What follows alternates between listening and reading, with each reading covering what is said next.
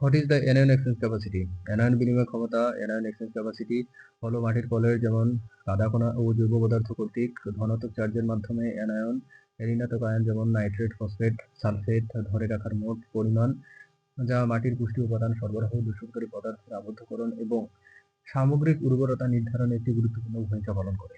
Anion exchange capacity is the total amount of anions, negative ions such as nitrate, phosphate, sulfate, that soil colloids such as clay particles and organic matter can retain through positive charge, which plays a crucial role in determining the soil's nutrient supply, pollutants binding, and overall fertility. এই ক্ষমতা মূলত মাটির কলয়েডের পৃষ্ঠে থাকা ধনাত্মক চার্জের পরিমাণের উপর নির্ভর করে, যেখানে কিছু কাদা খনিজ যেমন আয়রন ও অ্যালুমিনিয়াম অক্সাইড এবং অম্লীয় মাটিতে জৈব পদার্থ ধনাত্মক চার্জ সরবরাহ করে এবং অ্যানায়নগুলো আকর্ষণ করে ধরে রাখে। This capacity mainly depends on the amount of positive charge on the surface of soil colloids, where some clay minerals such as iron and aluminum oxide and uh, organic matter in acidic soils provide positive charge and attract and retain anions. মাটির anion বিনিময় ক্ষমতা সাধারণত cation বিনিময় ক্ষমতার চেয়ে কম হয়ে থাকে, কারণ অধিকাংশ মাটিতে ঋণাত্মক চার্জযুক্ত কলয়েডের পরিমাণ বেশি থাকে, যা ক্যাটায়ন ধরে রাখতে বেশি সক্ষম।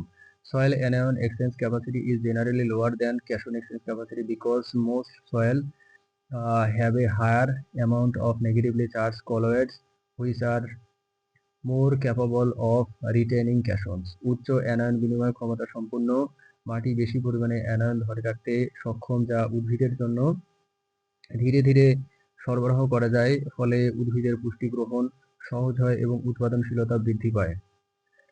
Soil with high anion exchange capacity is capable of retaining a large amount of anions, which can be gradually supplied to plants, making nutrient uptake easier for plants and increasing productivity. মাটির pH, জৈব পদার্থের পরিমাণ, কাদা খনিজ এবং আবহাওয়ার উপাদানগুলো anion বিনিময় ক্ষমতাকে প্রভাবিত করে, কারণ এই উপাদানগুলো কলয়েডের চার্জ বৈশিষ্ট্য পরিবর্তন করতে পারে।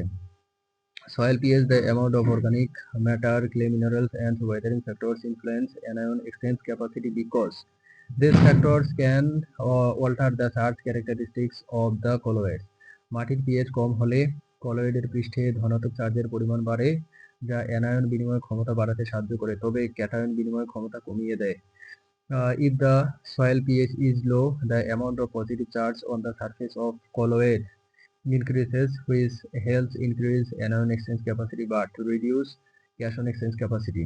অন্যদিকে মাটির pH বেশি হলে কলয়েডের পৃষ্ঠে ঋণাত্মক চার্জের পরিমাণ বাড়ে, যা অ্যানায়ন বিনিময় ক্ষমতা কমিয়ে দেয় এবং ক্যাটায়ন বিনিময় ক্ষমতা বাড়ায়। On the other hand, if the soil pH is high, alkaline conditions, the amount of negative charge on the surface of colloids increases, which reduce anion exchange capacity and reduce cation exchange capacity.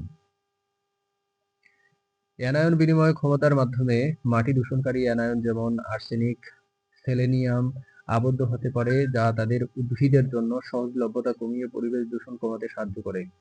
Through anion exchange capacity, polluting anions such as arsenic, selenium can be bound in soil, which reduce their availability to plants and helps reduce environmental pollution.